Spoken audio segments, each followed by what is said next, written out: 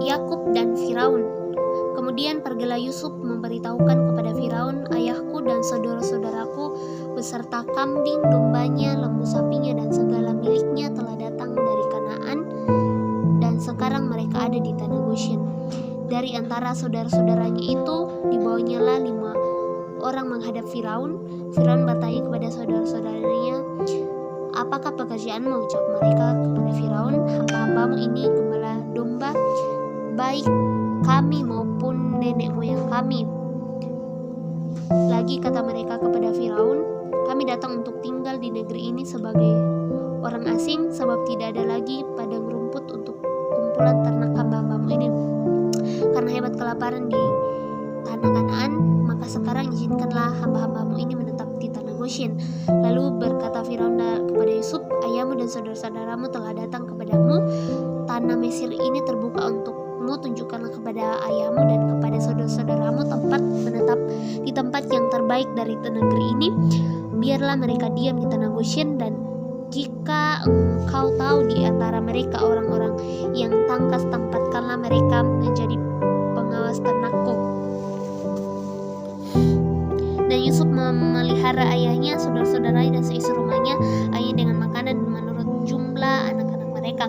Tindakan Yusuf, di seluruh negeri itu tidak ada makanan sebab kelaparan itu sangat hebat, sehingga seisi tanah Mesir dan tanah Kanaan lembu lesu karena kelaparan.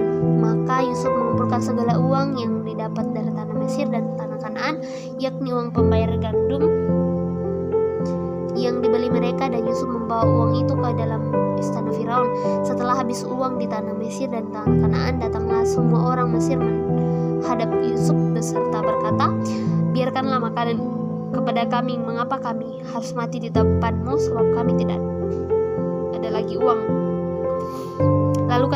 Lalu Yusuf membeli segala tanah orang Mesir untuk Firaun, sebab orang Mesir itu masing-masing menjual ladangnya karena berat kelaparan itu menimpa mereka. Demikianlah negeri itu menjadi milik Firaun, dan tentang rakyat itu diperhambakannya lah mereka di daerah Mesir, dari ujung yang satu sampai ujung yang lain. Hanya tanah para imam tidak dibelinya, sebab para imam mendapat tunjangan tetap dari Firaun, dan mereka hidup dari tunjangan itu lah sebabnya mereka tidak menjual tanahnya. Mengenai hasilnya, kamu harus diberikan 1/5 bagi Firaun, dan yang 4 bagian itulah yang menjadi benih untuk ladangmu dan menjadi makanan kamu dan mereka ada di rumahmu dan menjadi makanan anak-anakmu. Lalu berkatalah mereka, engkau telah memelihara hidup kami, asal kiranya kami mendapat kasih Tuanku, biarlah kami menjadi hamba Firaun, karena aku mau mendapat perhentian bersama-sama dengan nenek moyangku. Sebab itu angkutlah aku dari Mesir dan kuburkan aku dalam kubur mereka. Jawabnya, aku akan berbuat seperti katamu itu. Kemudian kata Yakub, bersumpahlah kepadaku. Kata Yusuf pun bersumpah kepadanya. Lalu sujudlah Israel di sebelah kepala tempat tidurnya. Yakub memberkati Manasye dan Efraim. Sesudah itu ada orang mengatakan kepadanya, ayahmu sakit. Lalu dibawanya kedua anaknya Manasye dan Efraim. Ketika diberitahukannya kepada Yakub, telah datang anakmu Yusuf kepadamu, maka Israel mengumpulkan segenap kekuatannya dan duduklah ia di tempat tidurnya dan berkata kepada Yakub, kepada Yusuf,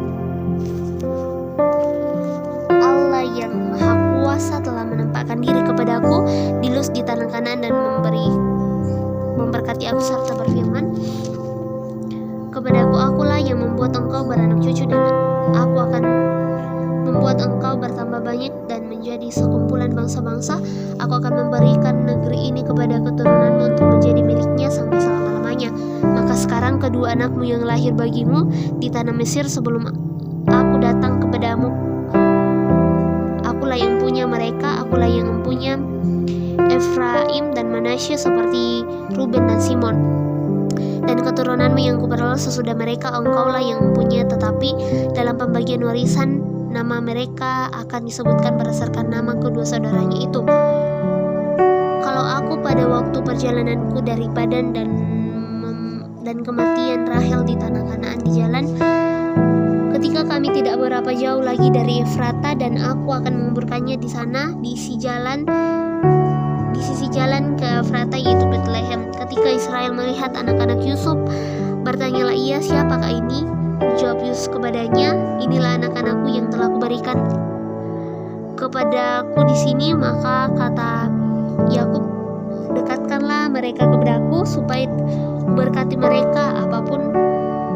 Adapun mata Israel telah kabur karena tuanya, jadi ia tidak dapat lagi melihat. Kemudian Yusuf mendekatkan mereka kepadanya, dan mereka dicium serta didekap oleh ayahnya. Lalu berkatalah Israel kepada Yusuf, tidak kusangka-sangka bahwa aku akan melihat mukamu lagi, tetapi sekarang Allah bahkan memberi aku melihat keturunanmu. Lalu Yusuf menarik mereka dari antara lutut ayahnya, dan ia sujud dengan mukanya sampai ke tanah. Setelah itu Yusuf memegang mereka keduanya dengan tangan kanan, dipegangnya di Efraim, yaitu di sebelah kiri Israel, dan dengan tangan kiri Manasye, yaitu di sebelah tangan kanan Israel. Lalu didekatnyalah mereka kepadanya, tetapi Israel mengulurkan tangan kanannya dan meletakkannya di atas kepala Efraim, walaupun ia yang bungsu, dan tangan kirinya di atas kepala Manasye, jadi tangannya bersilang, walaupun Manasye lah yang sulung. Sesudah itu diberkatinya lah Yusuf. Tetapi ayahnya menolak, katanya, aku tahu anakku, aku tahu ia juga akan menjadi suatu bangsa, dan ia juga akan menjadi besar kuasanya. Walaupun begitu, adiknya akan lebih besar kuasanya daripadanya, dan keturunan adiknya itu akan menjadi sejumlah besar bangsa-bangsa. Lalu diberkatinya lah mereka pada waktu itu dengan menyebut nama mula orang Israel akan memberkati. Demikian Allah kiranya membuat engkau seperti Efraim dan Manasye.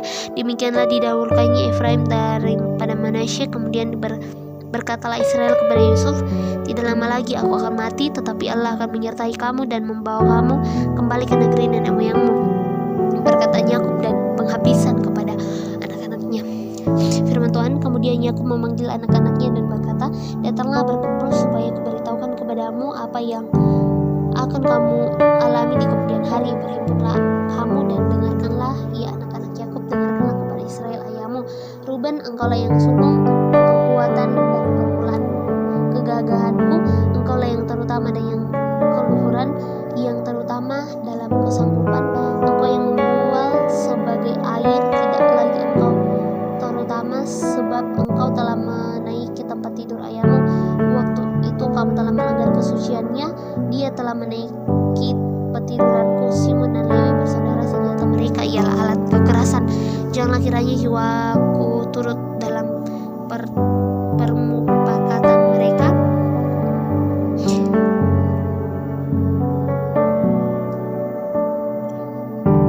Janganlah kiranya rohku bersatu dengan permupakatan mereka. Janganlah dalam kemarahannya mereka telah membunuh orang, dan dalam keangkarannya mereka telah memotong urat kating lembu. Terkutuklah kemarahan mereka, sebab amarahnya keras. Terkutuklah keberangan mereka, sebab berangnya bengis. Aku akan membagi-bagikan mereka di antara anak-anak Yakub, dan menyerahkan mereka di antara orang-orang anak-anak Israel. Yehuda, engkau akan dipuji oleh saudara-saudaramu, tanganmu akan menekan tangkuk musuhmu, kepadamu akan sujud anak-anak ayahmu. Yehuda adalah seperti anak singa setelah menerkam engkau naik ke suatu tempat yang tinggi.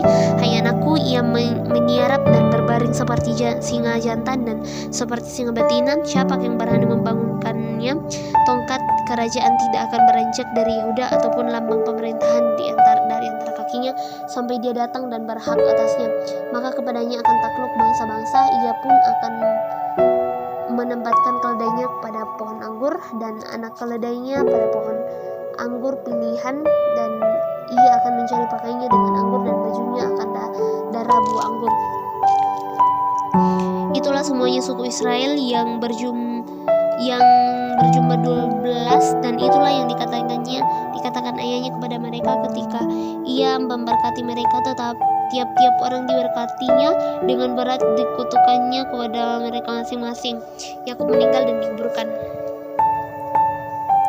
Kemudian berpesanlah Yakub kepada mereka, apabila aku mati, dikumpulkan kumpulan kepada kaum leluhurku, kuburkanlah aku di sisi nenek moyangku dalam gua yang di ladang Efron orang Het itu, dalam gua yang di ladang Makpela di sebelah timur Mamre di tanah Kanaan, ladang yang telah dibeli Abraham dari Efron orang Het itu menjadi kuburan milik.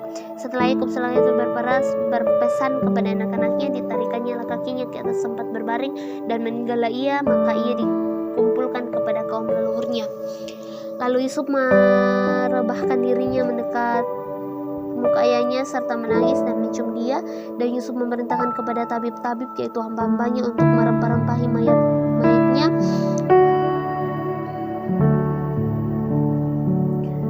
Maka tabib-tabib itu merempahi mayat Israel. Hal itu memerlukan 40 hari lamanya, sebab demikian lamanya waktu yang diperlukan untuk merempah-rempahi, dan orang Mesir mengisi dia 70 hari lamanya. Setelah lewat hari-hari penangisan itu, berkatalah Yusuf kepada seisi Firaun, jika kiranya aku mendapat kasihmu, katakanlah kepada Firaun bahwa ayahku telah menyuruhku untuk bersumpah. Katanya, tidak lama lagi aku akan mati dalam kuburku yang telah aku gali di tanah Kanaan, disitulah kuburkan aku.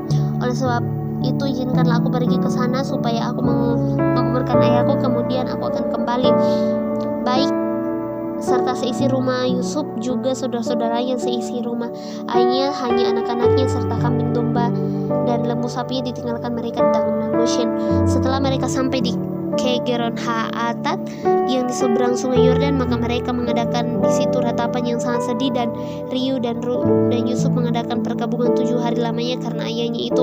Ketika penduduk negeri itu, orang-orang Kanaan, melihat perkabungan di Goen itu, berkatalah mereka, inilah perkabungan orang Mesir yang amat riuh. Itulah sebabnya nama tempat itu dinamai Abel Misraim yang letaknya di sebelah Yordan.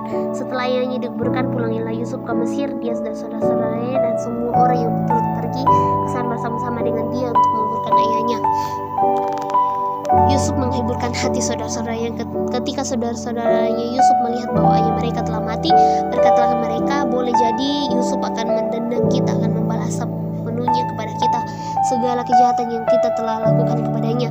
Sebab itu mereka menyuruh menyampaikan pesan ini kepada Yusuf, sebelum ayahmu mati ia telah bersuara, beginilah harus kamu katakan kepada Yusuf, ampunilah kiranya kesalahan saudara-saudaramu dan dosa mereka, sebab mereka telah berbuat jahat kepadamu. Maka sekarang ampunilah kiranya kesalahan yang dibuat hamba-hamba Allah ayahmu. Lalu menangislah Yusuf ketika orang berkata demikian kepadanya. Juga saudara-saudaranya datang sendiri dan sujud di depannya serta berkata, kami datang untuk menjadi budak-budakmu. Tetapi Yusuf berkata kepada mereka, janganlah takut, sebab aku ini pengganti Allah. Jadi janganlah takut, aku akan menanggung makananmu dan makan anak-anakmu. Demikianlah ia menghiburkan mereka dan menenangkan hati mereka dengan perkataan.